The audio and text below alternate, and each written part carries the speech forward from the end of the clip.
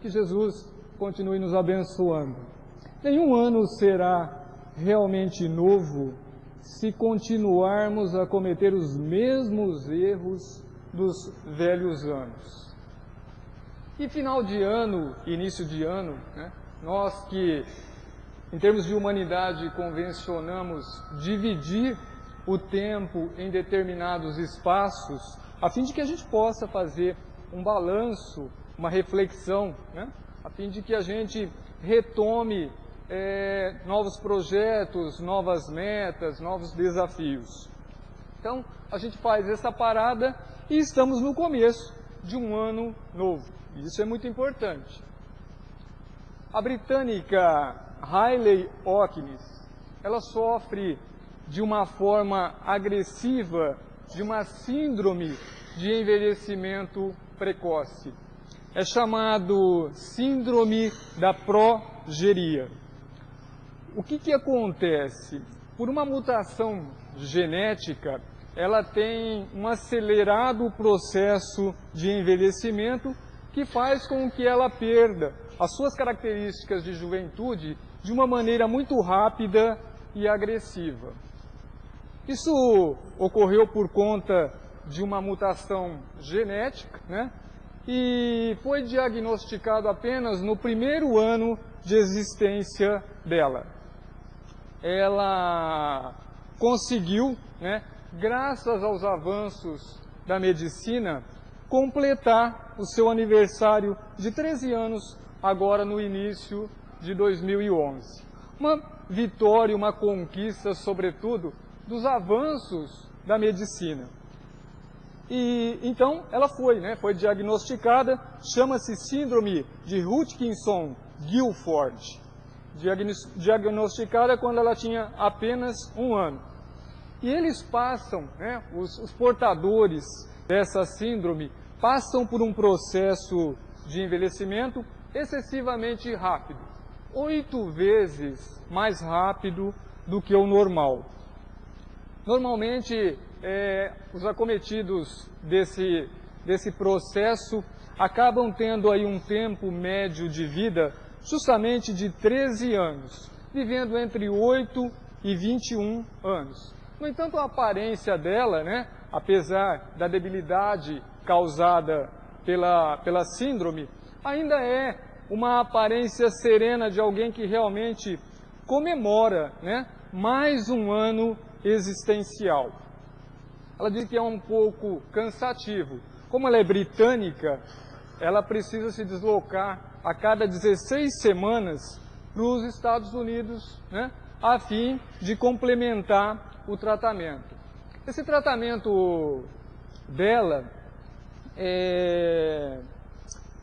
só havia sido testado anteriormente em cobaias. Então, ela é uma das primeiras a usufruir desse benefício. É uma doença extremamente rara que acomete no mundo todo apenas 53 crianças. E os pais dela, em função desse fato, acabaram fundando uma organização a fim, né, de adquirirem mais conhecimento, trocarem experiências e consolarem, né, todos aqueles que têm alguém com esse tipo de problema dentro da família. É alguma coisa bastante rara que afeta entre 8 milhões de pessoas, né, nascidas. Então, é um fato que nos chama a atenção, né? A importância de se comemorar mais um ano de existência, de oportunidade na vida física.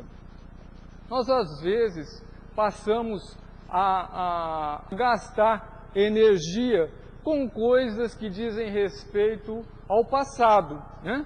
Que às vezes a gente não consegue modificar. Mas por conta do nosso orgulho, né, a nossa necessidade de às vezes fazer valer alguma coisa, a gente se baseia no processo de justiça e quer provar alguma coisa. Então a gente fica às vezes vivenciando um processo de passado. E aí a nossa dúvida fica assim: quem matou Saulo? Ou então a gente volta mais para trás ainda, né? Quem matou Eugênio? Aí o egoísmo, às vezes, acaba, né, nos precipitando para o futuro. Porque em função dos fatos ocorridos no passado, surgem algumas dúvidas relativas ao futuro. E aí a gente se questiona, afinal de contas, para quem vai ficar a indústria de bicicletas? Então, a gente não vivencia, né, o presente, se preocupa com o passado e às vezes quer alguma coisa de futuro, nessa divisão, né, pessoal. E passamos a não relegar a importância, né, a não dedicar a importância necessária para o momento presente, aquele momento em que nós estamos vivenciando, sobretudo na experiência física. Baseado no censo de 2010, em 10 anos, nós crescemos aproximadamente 20 milhões em contas arredondadas. Tem um site, né, na internet em que existe uma estatística que em torno, mais ou menos, em torno de a cada 24, 25 segundos desencarna, né, ou morre uma pessoa. E aí, fazendo as contas, nós teríamos que, em termos de acabar, né, fisicamente, nós teríamos quase 2,5 pessoas por minuto. Teríamos, nesses 45 minutos em que nós estaremos conversando, seriam aí entre 110 e 115, né? Ao dia, 3.500, isso a nível de Brasil, e ao ano, 1.277.500 pessoas deixariam a vida física. É óbvio que existem mais nascimentos do que desencarnes.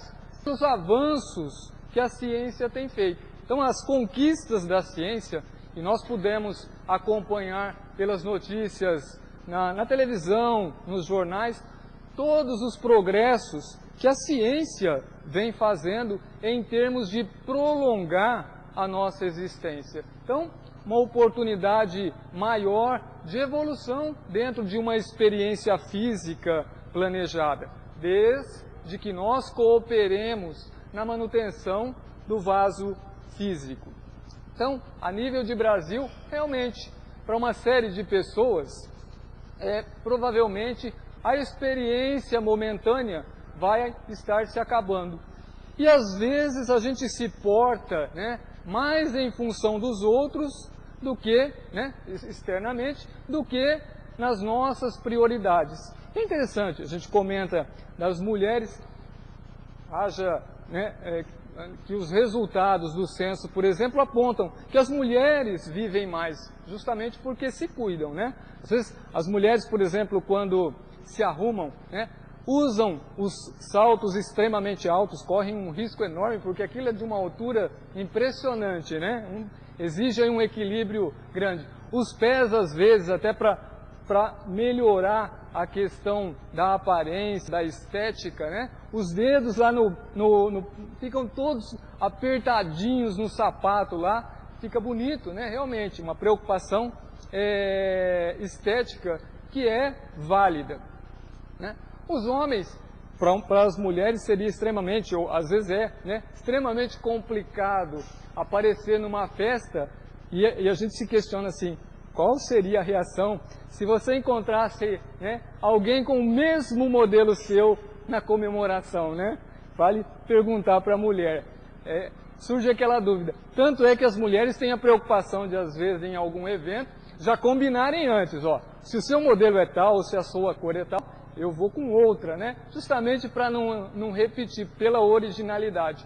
Com o homem já é um pouco mais fácil, né, seu Dorival? O homem, quando se encontra com alguma coisa igual, pergunta assim para o outro, onde é que a gente vai cantar? E aí está tudo resolvido, né?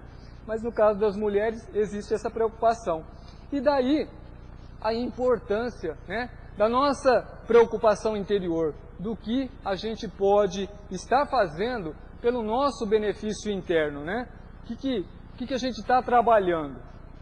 O irmão X, num livro que se chama Contos desta e d'outra vida, irmão X é o pseudônimo de Humberto de Campos, ele traz determinadas histórias, né, com um fundo moral, algumas presenciadas por ele no plano espiritual, a fim de nos esclarecer, de fazer com que a gente faça uma reflexão acerca do fato. E aí vem então justamente uma lição. A lição número 26 chama-se O Segredo da Juventude. A lição número 26 do livro, Contos desta e d'outra vida. Então ele traz uma receita de segredo da juventude presenciada por ele. Diz que havia uma assembleia de recém-desencarnados, onde aquelas pessoas que haviam chegado ao plano espiritual recentemente, passavam por uma espécie de um pré-atendimento, a fim de que elas recebessem as orientações necessárias para continuarem, né, o trabalho evolutivo no plano espiritual. E eram pessoas com uma idade aparentemente avançadas. Então, grande parte deles ainda conservavam fisicamente, né, os resquícios da existência física, né, que havia sido às vezes desgastante, penosa. Então, aparentavam alguém justamente com dificuldade. Alguns encontravam-se chorosos, outros com uma dificuldade de movimento muito grande, né, apresentavam um semblante um tanto quanto sombrio ou desgastado. No entanto, chamou, né, a atenção dele quando esse anjo da justiça na balança do tempo passou a fazer a aferição da ficha de uma senhora, né, uma senhora séria, de porte humilde, né. Ela começou a ser avaliada, a ficha daquela senhora. E ele passou a notar que a cada anotação conferida naquela ficha fazia com que ela se remoçasse, né? Adquirisse uma aparência mais jovem. E ao final dessa avaliação, a assembleia que participava daquele evento aplaudiu, comovida, né? Se comoveram do fato que aconteceu, porque ela havia voltado aos seus 20 anos, né? Aquela aparência dos 20 anos primaveris, esboçando uma saúde extremamente reabilitada. E aí, ele questionou, né, um dos orientadores, o que havia ocorrido para que aquela senhora, naquele processo, havia recuperado a juventude. E aí, o orientador dele pegou uma ficha e passou a explicar, né, o que aquela senhora havia feito a fim de se remoçar, de adquirir aquela juventude no plano espiritual. E havia duas separações nessa ficha, né? Numa primeira parte, havia uma série de procedimentos e de cuidados que diziam respeito exclusivamente à sua preocupação íntima de evolução. Cuidados que ela deveria ter a fim de que ela pudesse aproveitar convenientemente, né, a existência física. Então, como mocidade, no quesito mocidade laboriosa, ela despendeu em atividades da mocidade 175.200 horas. Transformado isso em anos, 20 anos, ela estudou o magistério, né, durante 7 anos e meio, 65.700 horas. Estudo proveitoso e atividades religiosas, 41.900 horas, perto de 5 anos. Alimentação e higiene, que são cuidados também pessoais que todos nós precisamos ter. Ela gastou em torno de 5 anos.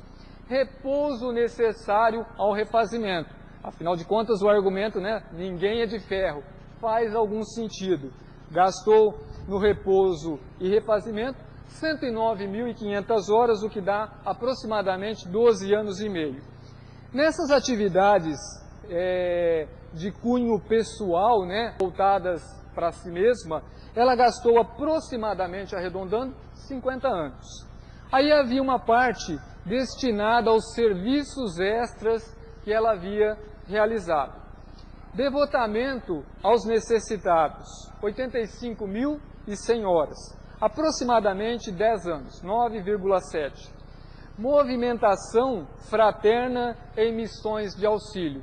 Samaritanos, né? Trabalho de samaritanos, o pessoal que faz visitas, que se desloca, às vezes, levar uma cesta num ponto mais distante. É uma atividade, né? De uma movimentação fraterna em favor de necessitados. Normalmente, diversos templos religiosos têm, e particularmente as casas espíritas têm essa oportunidade de trabalho. Ela gastou nisso em torno de 3,7, quase 4 anos. Noites de vigília em solidariedade aos enfermos, né? Alguém que às vezes acode, né? Socorre um necessitado da família, um conhecido, numa noite de vigília num hospital. Ela gastou nisso aproximadamente 4 anos também, 33.000 horas, 3,8. Conversação sadia no amparo moral genuíno. Então, uma conversação edificante. Aqueles diálogos que realmente trazem algum proveito, né? Em torno de consolo, de esperança para alguém. Ela despendeu nessas atividades quase 6 anos e meio. 54.750 horas. E outras variadas tarefas de caridade. Quase 60.000 horas, o que se aproxima de 7 anos. No total, em resumo, ela havia gasto 50 anos, né, nas atividades relativas a ela mesma, de crescimento pessoal, que visavam assegurar a sua evolução, e gastou nessas outras em torno de 30 anos, 50 por 30. Né? Nesse casamento, né, de atividades consigo e com o próximo, ela conseguiu justamente os benefícios daquela ficha, né, que acabou trazendo para ela uma série de bônus espiritual. Então, isso nos leva a pensar, né, nas nossas atividades, né, perante os movimentos que abraçamos, os ideais que abraçamos num ano novo. Né? E é importante que todos nós, de posse, sobretudo dos recursos da doutrina espírita, né, que a gente se questione, né, de onde viemos, né, quais são os meus atributos, o que eu disponho, né, então, de onde viemos, quem somos, né, onde a estação de nossos destinos, né, onde nós vamos chegar, a fim de que a gente possa fazer os ajustes necessários. A Meimei fala que a vida na Terra, né, se conta por um instrumento eficaz, não pelo tempo da vida, mas pelo bem que se faz. E aí, se nós pegarmos essa estrofe, né, esse conjunto da Meimei, e unirmos justamente com a lição do irmão X, a gente passa a entender justamente, né, uma vida voltada para o bem, que vai nos trazer aí uma série de benefícios. Mas é importante que a gente não distorça as lições recebidas. Havia uma pessoa que andava pela rua, era uma noite, tardezinha, estava escurecendo, e naquele local afastado, né, havia uma pequena assembleia, uma reunião de pessoas que participavam justamente de um culto religioso. E aí a pessoa havia feito uso de bebidas alcoólicas, né? Encontrava-se embriagado, mas achou a porta aberta do templo e resolveu entrar.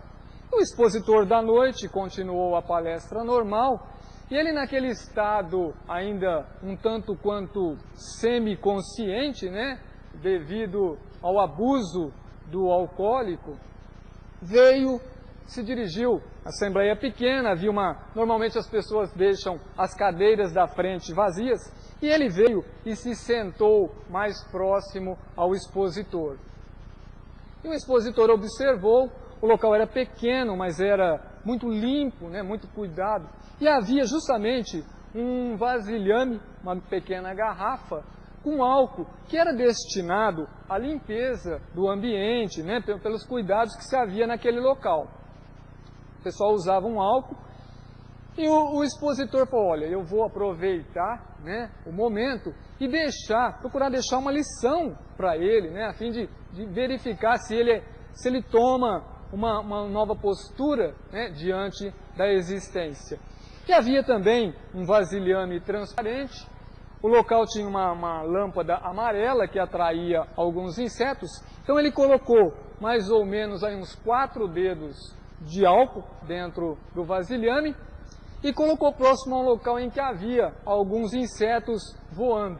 Então, alguns insetos se precipitaram, enquanto ele terminava a palestra, alguns insetos se precipitaram dentro daquele pequeno vasilhame, né, que continha álcool, um álcool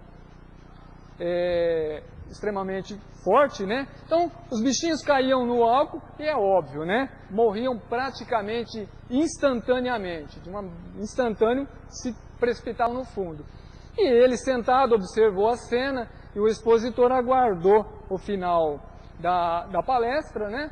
A fim de fazer um questionamento para aquele senhor, para ver se ele havia aproveitado a lição, né? E pegou o vasilhame e se dirigiu ao ouvinte, né, aquele ouvinte inesperado de última hora, buscando avaliar o que ele havia aproveitado da lição. E perguntou para ele assim, o que o senhor tira de lição, né, desse fato? O senhor viu que os bichinhos que caíram no álcool acabaram morrendo. Mas ele, como estava ainda semiconsciente, olha, a conclusão que eu chego é que quem consome álcool não tem bicho na barriga. Aí o expositor falou, mas, quer dizer, naquele estado de semiconsciência, né, a lição acabou ainda não servindo para ele. E às vezes, nós de posse, né, de todos os recursos da doutrina espírita, a gente às vezes se comporta dessa maneira, né? Pega a lição e traz ela para uma interpretação que nos convém e nós deixamos normalmente para amanhã, né? Qual o melhor dia para fazer regime? É amanhã, segunda-feira. Hoje não. Hoje tem aquele prato que eu adoro em casa, né? Então, o regime fica para amanhã. Mas a gente pode, deve, precisa, né, começar hoje. Porque a gente não pode garantir que estará, né, aqui, daqui a um certo tempo, né? Nós desconhecemos até por uma questão de misericórdia divina, conscientemente a gente desconhece o tempo contratual da nossa experiência, né, na parte consciencial. Mas para isso, né, se fosse mais próximo, tem o DESAAT, né, o Departamento de Socorro e Amparo ao Alcoolista, Tabagista e Toxicômano. Toda segunda-feira, pessoa que tiver dificuldade com a bebida, que tiver dificuldade com o cigarro, né, participa das reuniões aqui no Francisco de Assis, tem né, o convívio de amigos interessados no bem, que vão auxiliar, né, essa pessoa a superar, porque nós precisamos às vezes, né, dos recursos de companheiros que nos tragam uma mensagem, aquela mensagem que abra a porta interna do nosso coração, porque a gente só pode abrir ela por dentro, né? Mas usa-se os recursos dos companheiros. Então, toda segunda-feira pode vir, né, quem necessitar ou ajudar no DESAAT. E as reuniões acontecem. Lá ele não tinha o DESAAT, né? Não sei o que aconteceu com a pessoa. E aí, no capítulo 4 do Evangelho segundo o Espiritismo, né? E daí a importância, normalmente, de nós dedicarmos um tempo para que a gente se avalie, né? Qual que é a nossa real situação. Ali no Evangelho, no 4º capítulo, fala, né? Que ninguém pode ver o reino de Deus se não nascer de novo. E ali, Jesus pergunta, né? O que as pessoas falavam acerca dele, né? E aí a resposta, né, deles é que é o seguinte: diziam que ele era João Batista, talvez fosse Elias, Jeremias ou algum dos profetas, né? Mas aí Jesus foi mais incisivo e buscou, né, para aproveitar a lição. E vós, né, aqueles que estavam mais próximo dele, que o conheciam melhor, quem dizem que eu sou? E aí, né, o Simão respondeu: és o Filho de Deus, né, Todo-Poderoso, Criador. Havia respondido, né, que ele era realmente alguém enviado. Então havia essa avaliação mais própria, estabelecendo justamente essa necessidade, não só do ponto de vista da diferença entre ressurreição e reencarnação, que é um termo mais novo, né? Mas sobretudo das diversas existências, né? Dos laços que nos ligam. E aí mais para frente, né? O diálogo entre Nicodemos, que era um fariseu, né? Os fariseus normalmente era alguém que demonstrava um conhecimento da letra, no entanto procurava distorcer a seu favor, né, as lições. E ele foi na calada de uma noite e perguntou para Jesus, né, o que era necessário. E Jesus renova a lição, dizendo que era necessário renascer da água e do Espírito. E aí estabelecendo essa diferença, né, que o que procede entre os laços materiais e os laços espirituais, né? Nicodemos toma contato com essa informação diante de Jesus. E aí, nesse renascer de novo, né, nós notamos não só a passagem de uma existência para outra, mas que a gente pode, nesses intervalos anuais, renascer para novos procedimentos, para novas condutas. É bem verdade que nós não conseguiremos nos transformar em santos, né? Numa existência, num ano.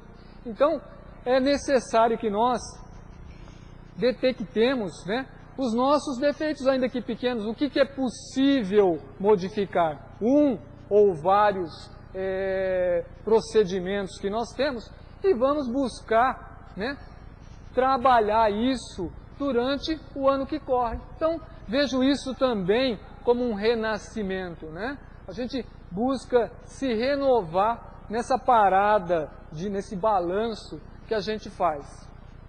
Se nós formos analisar a questão da morte, nós aparentemente morremos todos os dias um pouco, né? A literatura espírita nos esclarece que por ocasião do sono fisiológico, quando os laços, e quando a gente realmente passa ou vai descansar de maneira conveniente, né, a gente aproveita esses momentos de repouso do corpo físico para fazer uma viagem, né, junto dos nossos pontos de interesse, sobretudo, né, de esclarecimento. Então é importante que a gente, nos momentos de repouso do corpo físico, busque, né, se ligar às coisas espirituais, a fim de que a gente possa entrar em contato, né, com ensinamentos dos nossos amigos espirituais. A pergunta, se não me engano, a 459 do Livro dos Espíritos, pergunta, né, se os espíritos interferem ou influem, né, na nossa maneira de ser, nos nossos procedimentos. E vem a resposta, que de ordinário são eles que nos dirigem, né? muitas vezes essa influência é muito grande. Mas justamente, a gente se liga naqueles pontos em que nós temos interesse. Então, eles nos influenciam, mas baseados, sobretudo, nas nossas preferências, né? Seria incorreto pensar num corintiano com uma bandeira bem grandona no meio de uma torcida palmeirense, né? Não faz muito sentido, né? Então, ilustrando aí de uma maneira mais escancarada, né, por assim dizer, essa questão de pensamento. Então, nós nos ligamos aos nossos pontos de interesse. Então, Jesus salienta nessa necessidade de renascer de novo. E aí nós vamos detectar, né, o aproveitamento da nossa encarnação. E reconhecemos todas essas conquistas da ciência a nosso favor, a fim de que a gente prolongue. E a gente tem visto justamente, né, um tempo, uma expectativa de vida maior, né, para todos nós, em face dos recursos conseguidos pela ciência. E no livro O Consolador, quase no final da parte que trata de ciências, a primeira parte que aborda termos científicos, e nessa primeira parte se fala, no final dele, se fala sobre ciências aplicadas. Ciências aplicadas, lá está ligado mais especificamente com agronomia, educação, engenharia, economia e medicina. Então, como nós estamos falando de longevidade, né, as perguntas de 94 até a 97 trata de uma forma específica acerca da medicina. E a 94 pergunta: como é considerada nos planos espirituais a medicina terrena? Como nós iniciamos falando da adolescente que conquistou mais um aniversário nesse ano, né? A 94 aborda bem isso. E o Emmanuel responde: a medicina humana, compreendida e aplicada dentro de suas finalidades superiores, constitui uma nobre missão espiritual. Então, embora ela seja orientada, né, seja ligada à parte material, mas é orientada pelo plano divino, a fim de que conquiste justamente melhores condições. Todas essas ciências aplicadas, né, a educação, a agronomia, e são ciências particularmente ligadas ao meio material, no entanto, com inspiração divina, né? O Criador, Deus, inteligência suprema, causa primária de todas as coisas. A 95 analisa, em face dos esforços da medicina, como devemos considerar a saúde. Porque às vezes a gente olha alguém com uma debilidade física, com algum problema médico, né? E tem uma impressão também distorcida do fato. Para o homem da terra, para nós encarnados, a saúde pode significar o equilíbrio perfeito dos órgãos materiais. Para o plano espiritual, todavia, a saúde é a perfeita harmonia da alma, para a obtenção da qual, muitas vezes, há necessidade da contribuição preciosa das moléstias e deficiências transitórias da vida. E aí se pergunta se toda moléstia do corpo tem ascendente espiritual, né? E aí o Emmanuel esclarece que realmente quase toda moléstia da alma, a chaga da alma, se manifesta através do envoltório humano. Então, a gente passa, né, a gente tem realmente ainda nesse caminho evolutivo uma série de problemas íntimos que passam a se refletir no nosso vaso físico. A patogenia é um conjunto de inferioridades do aparelho psíquico. Então, a nossa mente na base da nossa saúde, né? Ela interfere. E esclarece, sobretudo, que é ainda na alma que reside a fonte primária de todos os recursos medicamentosos definitivos. E aí nós poderíamos argumentar, né, qual a função do comprimido, da cirurgia, né? Porque se a moléstia às vezes é um mecanismo de cura, qual é a finalidade desses medicamentos, né? E aí ele esclarece: indagareis aflito quanto às moléstias incuráveis pela ciência da terra, e eu vos direi que a reencarnação em si mesma, nas circunstâncias do mundo envelhecido nos abusos, já representa uma estação de tratamento e de cura, e que há enfermidades da alma tão persistentes que vão reclamar muito mais de uma existência para que nós possamos nos curar. Então, a própria reencarnação, por si mesma, né, mesmo quando ocorrem aqueles desencarnes prematuros de crianças, em que nós, às vezes, indagamos por quê, né, uma criança tão jovem. Então, o Emmanuel, nessa pergunta, né, nesse esclarecimento, esclarece essa dúvida. E na 97, para a gente finalizar esse tópico, se as enfermidades são de origem espiritual, é justa a aplicação dos medicamentos humanos, a cirurgia, etc., etc. O homem deve mobilizar todos os recursos ao seu alcance, em favor do seu equilíbrio orgânico, por muito tempo ainda. A humanidade não poderá prescindir da contribuição do clínico, do cirurgião e do farmacêutico, missionários do bem coletivo.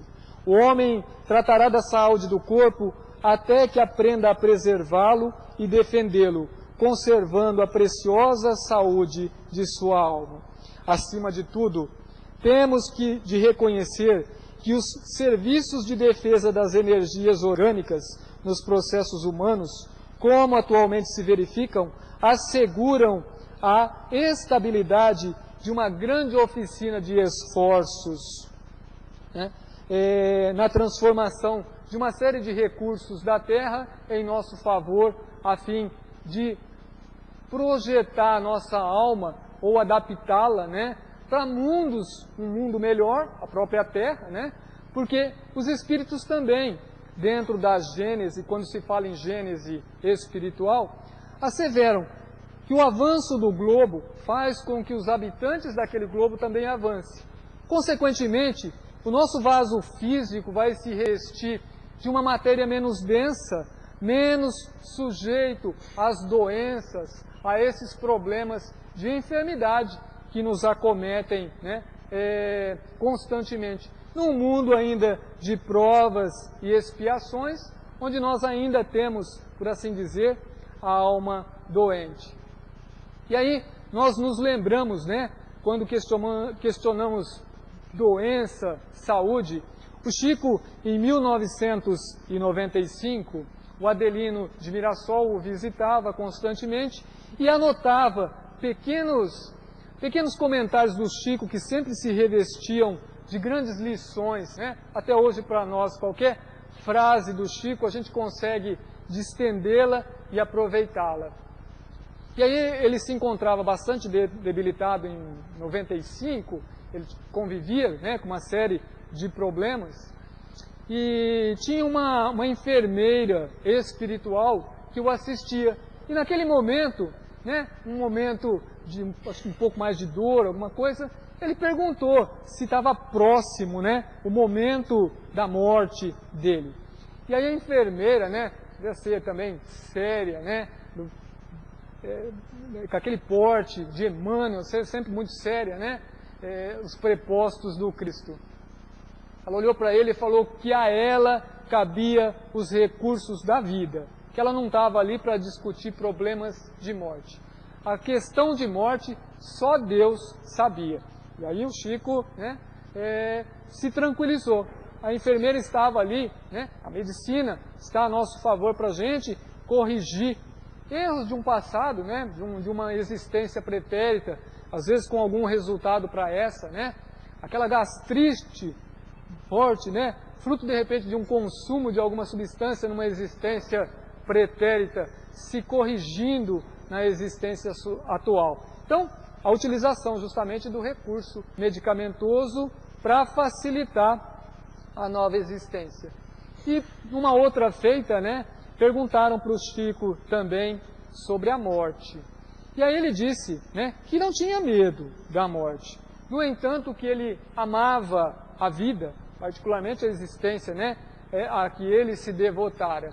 E, inclusive, asseverou para o rapaz que perguntava que no túmulo dele, na lápide, se quisesse, poderia escrever, quando ele morresse: aqui jaz Chico Xavier, muito a contragosto.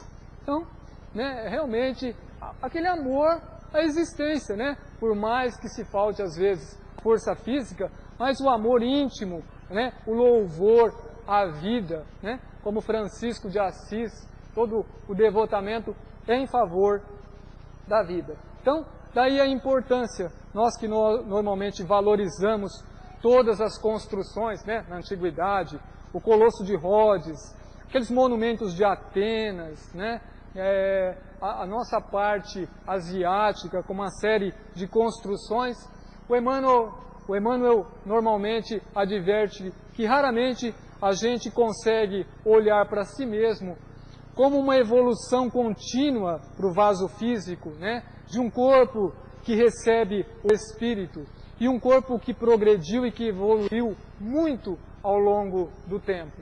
O cérebro, com uma série de mecanismos capazes de transportar uma mensagem à velocidade, né, através daqueles recursos em sua câmara, que ainda revelam uma série de mistérios para nós, né, que nós desconhecemos, em torno de 70 metros por segundo. Então, a gente faz ideia dos nossos reflexos, né?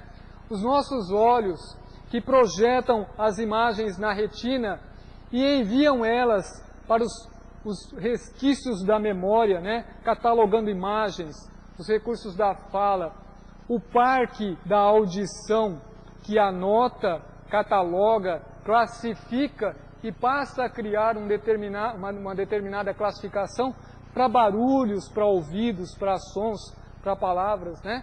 Às vezes a esposa fala assim, benzinho, e a pessoa sabe que aquilo tem uma determinada conotação, né? Que ele derrubou o leite dentro da geladeira, que ele deixou o sapato no meio da sala. Então, o cérebro faz toda essa catalogação, né? Os recursos, né, da audição. Aí a gente tem o fígado, o coração, né?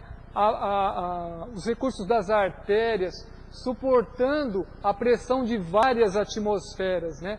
Os pés, que nos conduzem para diversos lugares. A gente olha a estrutura física, né?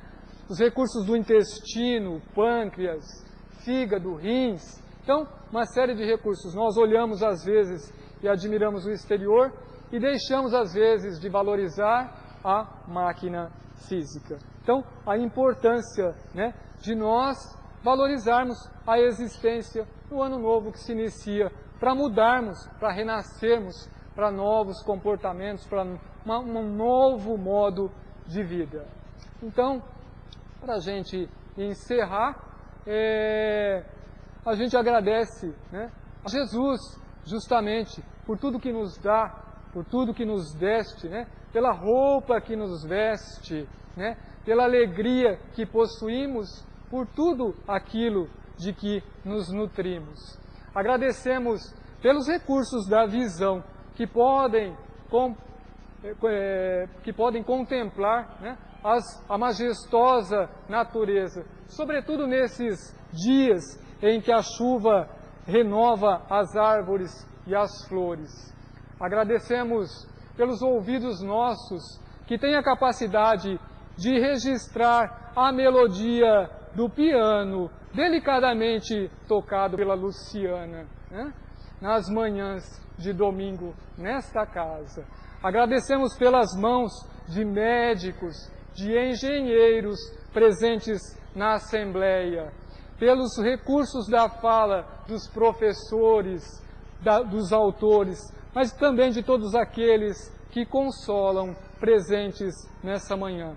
Pelos recursos das mãos que aplicam passes, das mãos que constroem casas, de todas aquelas mãos que acenam a deuses, que cumprimentam os amigos que trocam impressões generosas. Então, muito obrigado, Jesus. Muito obrigado por todos os amigos. Muito obrigado.